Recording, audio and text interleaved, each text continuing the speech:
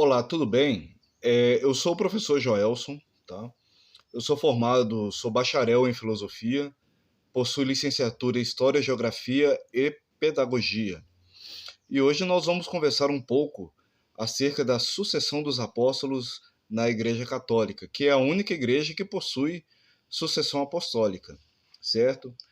Então, agora a gente vai ver como o Papa ele é sucessor direto de Pedro, né, o primeiro bispo de Roma, né, apesar que alguns ditos historiadores ainda questionam se de fato Pedro esteve em Roma, se ele de fato foi o primeiro papa ou não, mas as pessoas que questionam essas coisas são, né, não têm conhecimento, para não falar outra coisa. São pessoas que leram um pouco, estudaram um pouco e ficam falando bobeira na internet, né?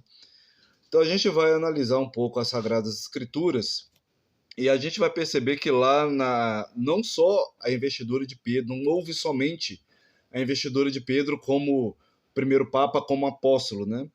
Como chefe visível da igreja, mas a investidura perpétua dos apóstolos para serem os enviados de Cristo, porque a palavra apóstolo tem esse significado, de ser enviado.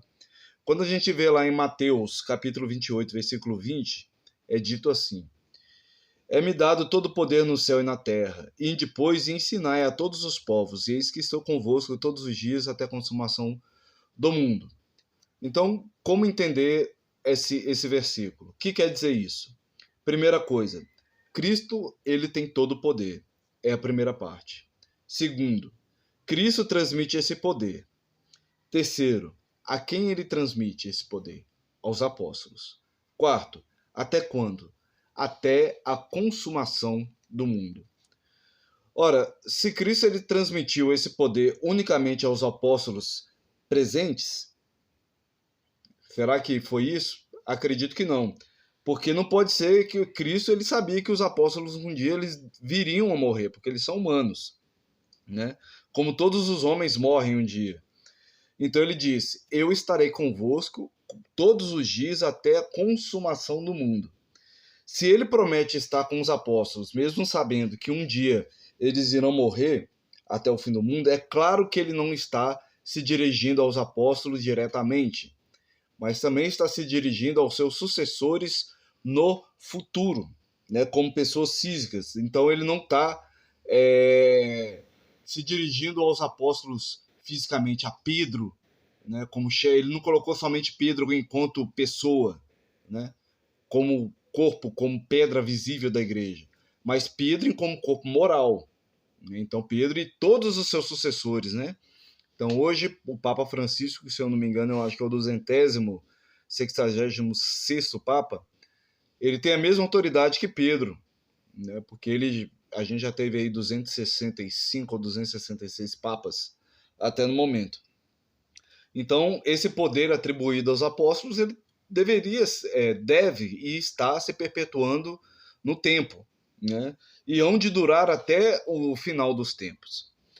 Eis uma prova evidente que o bispo de Roma, que é o Papa, é o sucessor de Pedro e de sua jurisdição. A sucessão também é observada nos primeiros cristãos que nomeavam diáconos e bispos, né? Transmitindo-lhes obrigações aos seus antecessores. Jesus Cristo, fundando uma sociedade religiosa que é visível, devia durar até o fim do mundo, deve necessariamente nomear um chefe, com sucessão para perpetuar essa mesma autoridade. Quem vos escuta, escuta a mim, diz o próprio Cristo no Evangelho de Mateus, no capítulo 28, versículo 18. Se assim não fosse, Cristo não poderia dizer: Eis que estou convosco todos os dias até o fim do mundo. A gente sabe, os apóstolos já estão mortos, né? Então, os apóstolos hoje, da atualidade, são o Papa Francisco, com todos os bispos, no caso que eu moro em Belo Horizonte.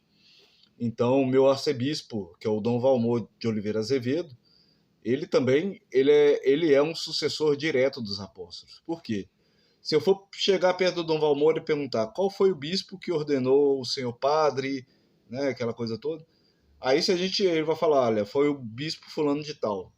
Aí se eu chegar nesse bispo fulano de tal e falar, mas quem foi que ordenou o senhor? Quem que te sagrou bispo? Ah, foi o bispo tal. E se a gente for retrocedendo no tempo, até chegar à época dos apóstolos, com certeza a gente vai chegar em um dos 12.